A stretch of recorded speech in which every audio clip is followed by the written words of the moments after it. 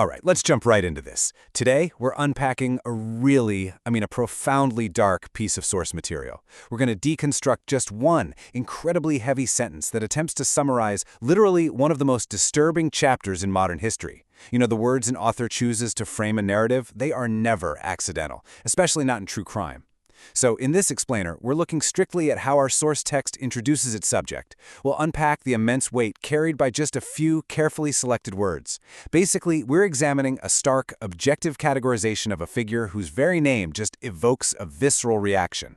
The chilling story of Jeffrey Dahmer. Wow, just let that sit for a second. This is exactly how our source material introduces a subject.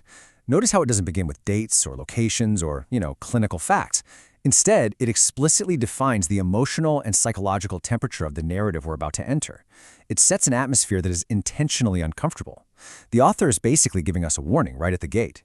The information filed under this name isn't just a standard biographical recount. No, it's a descent into something deeply, deeply unsettling. Okay, let's dive into Section 1, the chilling story, examining the phrase. So, when we analyze this source text, you realize the author's choice of adjectives is super deliberate. By definition, something that is chilling is horrifying, frightening, or causing a sudden coldness.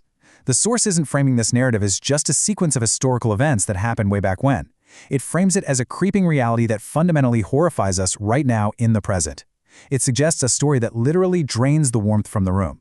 By explicitly calling the story chilling, the source acknowledges that getting through this material requires confronting the absolute extremes of human behavior, the kind of stuff that just naturally induces fear. Moving on to Section 2, America's Most Notorious, the weight of the label. America's most notorious. Just think about the sheer magnitude of the source claiming someone is the most anything in American history. It implies an absolute pinnacle. It tells us that out of all the dark figures in the vast, incredibly complex history of the United States, this specific individual occupies the absolute highest echelon of infamy. The source isn't really stating that he was known, it's establishing him as the ultimate benchmark for a very specific type of societal darkness. Now, what's really fascinating, and honestly kind of disturbing, is the specific use of the word notorious. Let's break it down.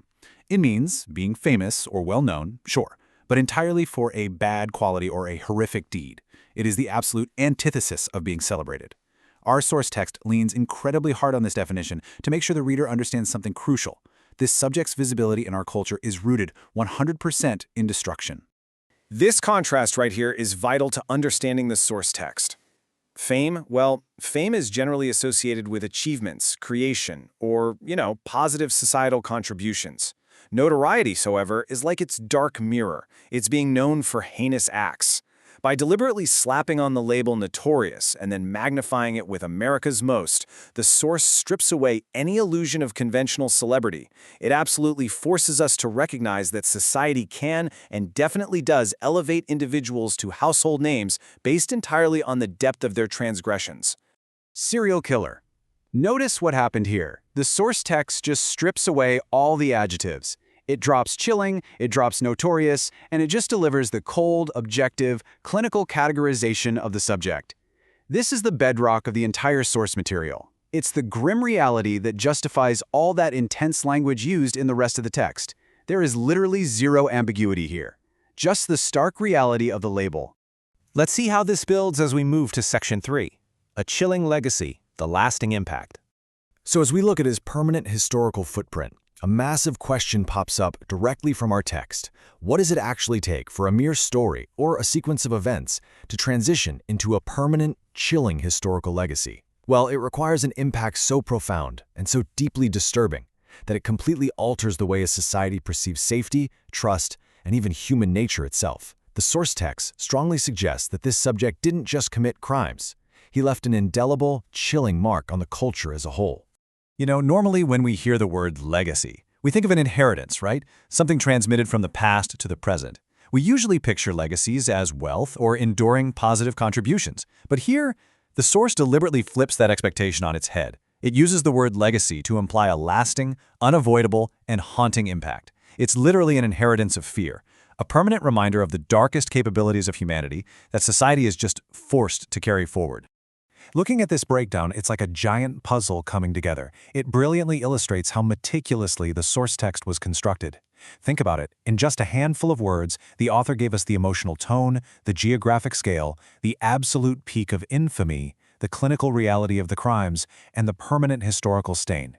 Every single word was a deliberate building block used to construct a comprehensive, inescapable profile of infamy. So, the crucial point brings us right back to where we started, the chilling legacy of Jeffrey Dahmer. By breaking down the source material word by word, we can truly appreciate the immense gravity of this phrase. It's not just a title, folks. It is a meticulously crafted warning label. It encapsulates the sheer horror of the acts, the dark fascination of the public, and the permanent scar left on the timeline of American history. We've spent this explainer exploring exactly how our source text uses language to define ultimate notoriety. But the text leaves us with this echoing dilemma. If a legacy is what we inherit from the past, what in the world do we do with an inheritance this dark? How does a society contextualize and ultimately survive a legacy built entirely on infamy? It's a huge question, and it's one the source material absolutely forces us to confront long after we're done here today.